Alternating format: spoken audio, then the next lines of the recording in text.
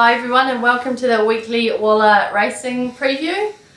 Charlie's away at the Gold Coast today, having a look at the horses up there. So you've got me instead.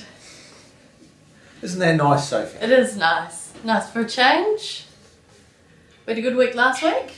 Did we? We had 8 winners. 8 winners. 8 winners. Well, that is a fantastic week, as Charlie would say. It is. Fantastic. Very good. A few in Melbourne. Sydney. Two in Melbourne. Overstep was a very impressive winner up the straight, ridden quieter. Yeah. Zorkan won at a very big price. Solo Heart. Solo Heart won on the Friday. Joe had a big day Friday. She had trials in the morning. She went to Geelong for Andaz. Yeah. Impressive first up win for the Puglisi's. Aronosa's brother. Aronosa's brother. Yeah. And then that night she went to Cranbourne. Cranbourne. And yeah, Solo Heart. The next day she's backed up to 2 Saturday winners. Yeah. So Joe's doing a good job. She is doing a good job. And in Sydney, everyone's doing a good job. Yep, we had New Universe. Yes. Invincible. New Universe. He's a very impressive horse.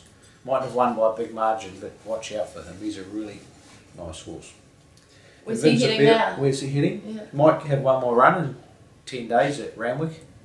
Rose Hill, sorry. Or might go to the paddock. We'll just see what the weather's doing.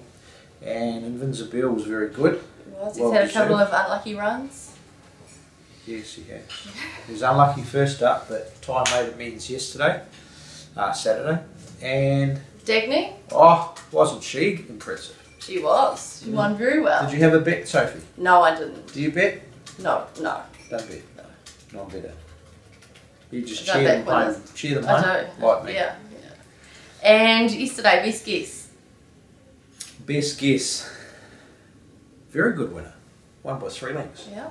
At Canterbury. He's a horse to follow, good sprinter.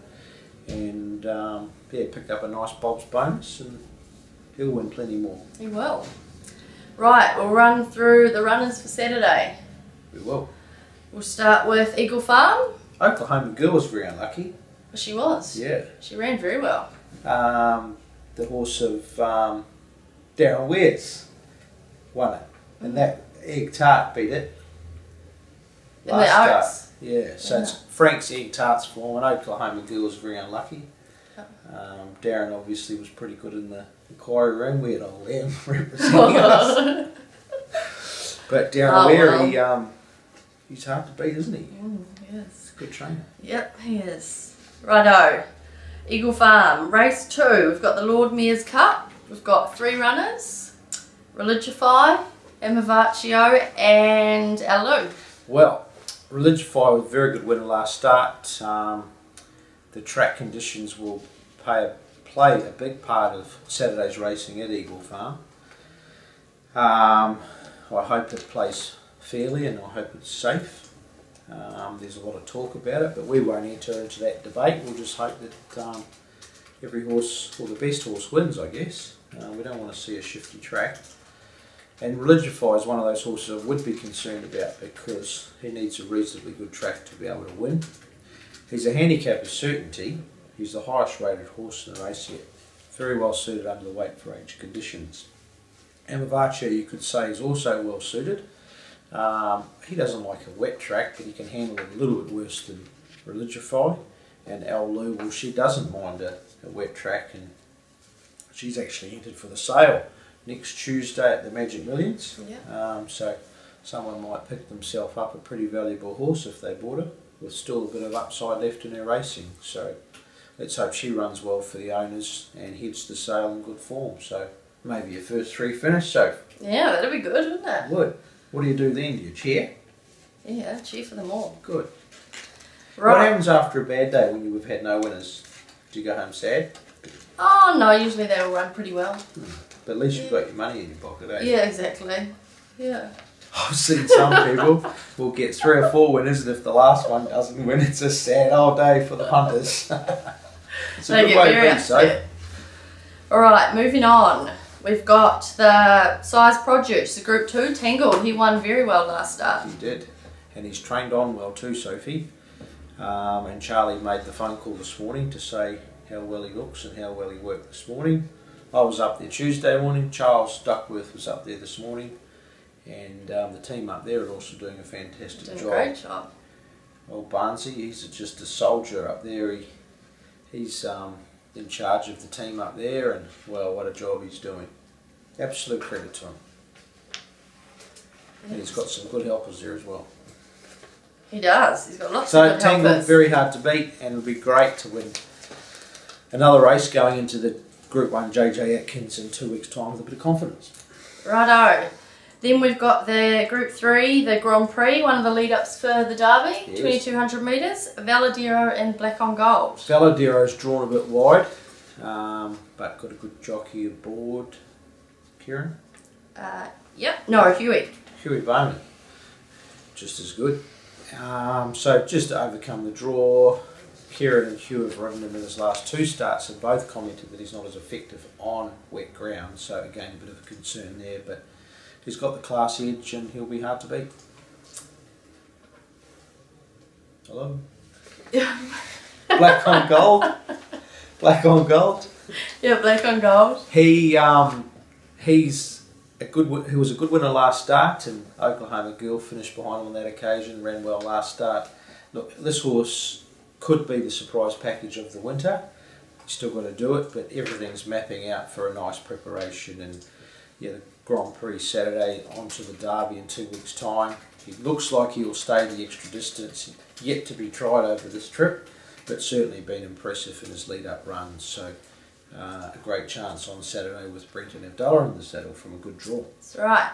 Then we go to the Group 1, the Darley Kingsford Smith Cup. We've got the 2 runners, Japanisme and Counter Attack. He almost got there last start. He did, but he didn't. No, he didn't.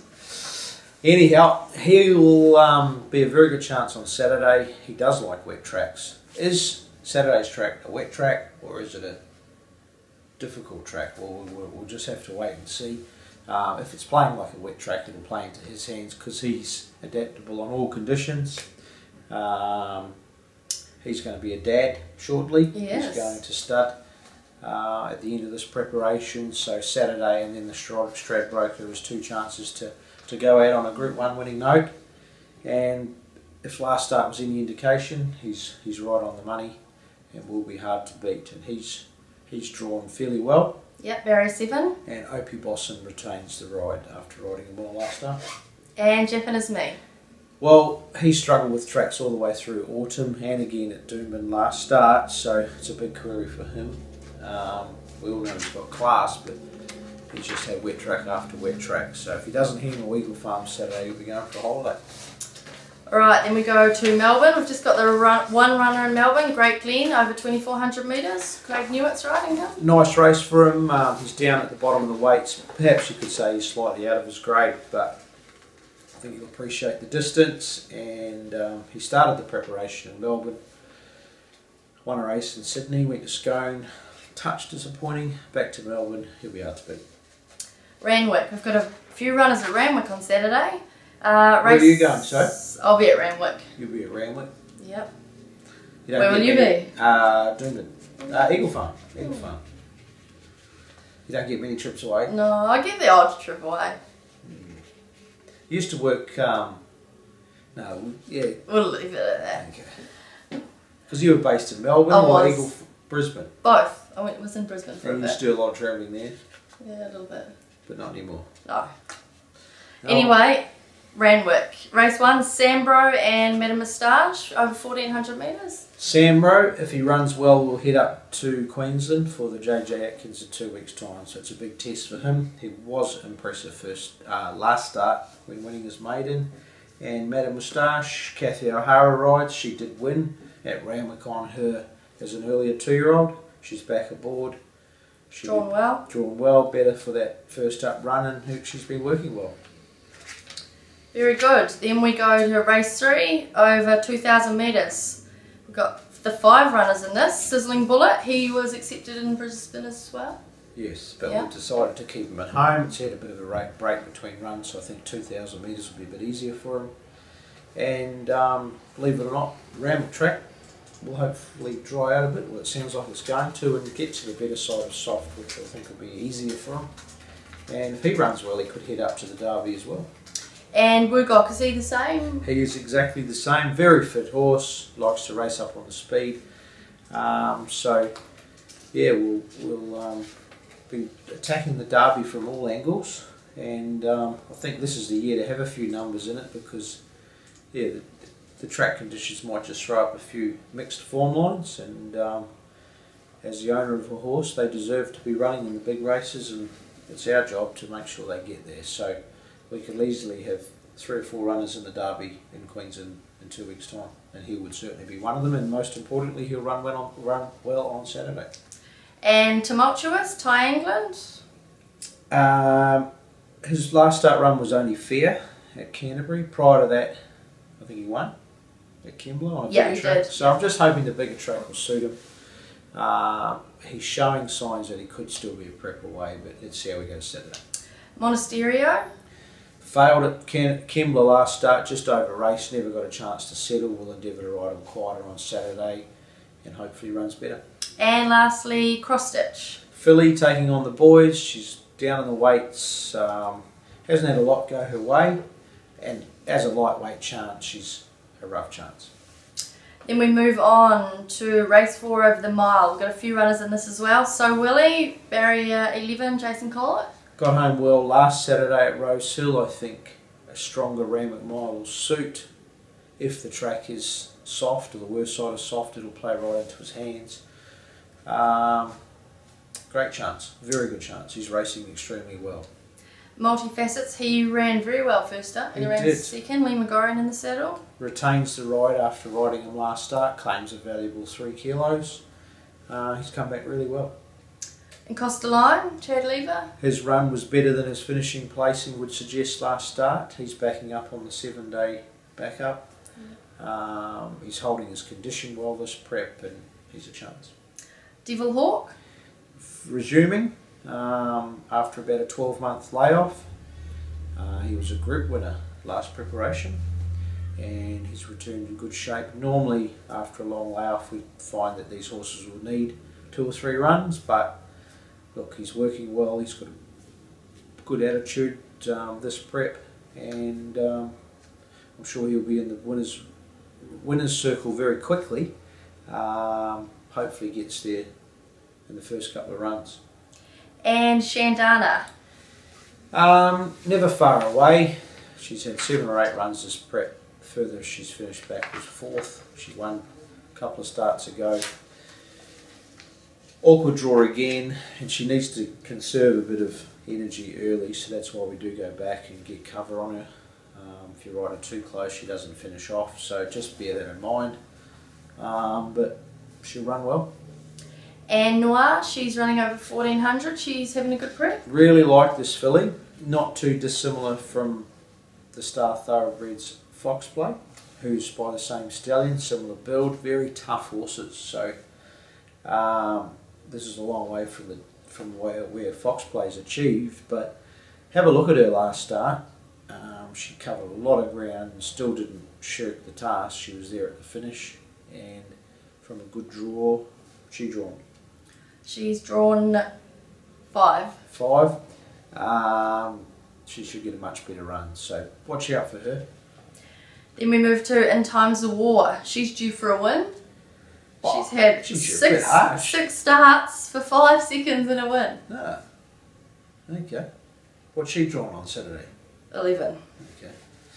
Well, that makes it hard. It does. And it was hard the last couple of starts. She hasn't really had things go her way, but the form around her is very good. I think last start she got beat by Bonnie O'Reilly, who's since come out and won, who's an older horse. And the start before that, the horse that beat it is now a listed winner. So very good form around her, and she repeats her last start run, she'll win. Oh, very good. Then the 2400 metre race, we've got Beyond Thankful, Soviet Courage and Richard of York. Beyond Thankful, slowly creeping down in the weights. Some time ago, I think he won a Newcastle Cup, possibly even a Wyong Cup. Not sure if he won both, but he... Yeah, I think he did win. Yeah, and he's just paid the price ever since, carrying big weights. He might have even started one of the favourites in the Metropolitan. So gradually coming down again, he's up to a more suitable race distance on Saturday, and will hopefully improve. Soviet Courage he's no stranger of these types of races. 2400 and a wet track won't worry him, or if it's a good track, I think he's one on them too, so he won't be far away. And Richard of York. Distance will be no problem. He was a winner at Randwick a couple of starts ago, same track distance. Him and Soviet Courage are heading to a 2 mile race in 2 weeks' time, so it's a logical step forward towards that race. And the last race over 1400, 3 runners, High Mist, Quick Defence and Wanker. Well represented in this race. High Mist was a little bit unlucky first up, and I had a good look at the form and the ratings of the race, and he looks a really good chance on Saturday. Wayanka won his last 2 starts. Form around him's looking pretty good also. Yeah. He'll head off to the Queens and Guineas if he runs well on Saturday. And what was the third one? Quick Defence. Quick first Defence, up. resuming, wide draw. I would think he would need a run. Might even save him for a race at Hawkesbury next Tuesday. We'll see what we think come Saturday morning. That's it. Well done, Sophie. You've done Thanks, a great Chris. job. Well done. Have a good weekend, everyone, and a good Friday.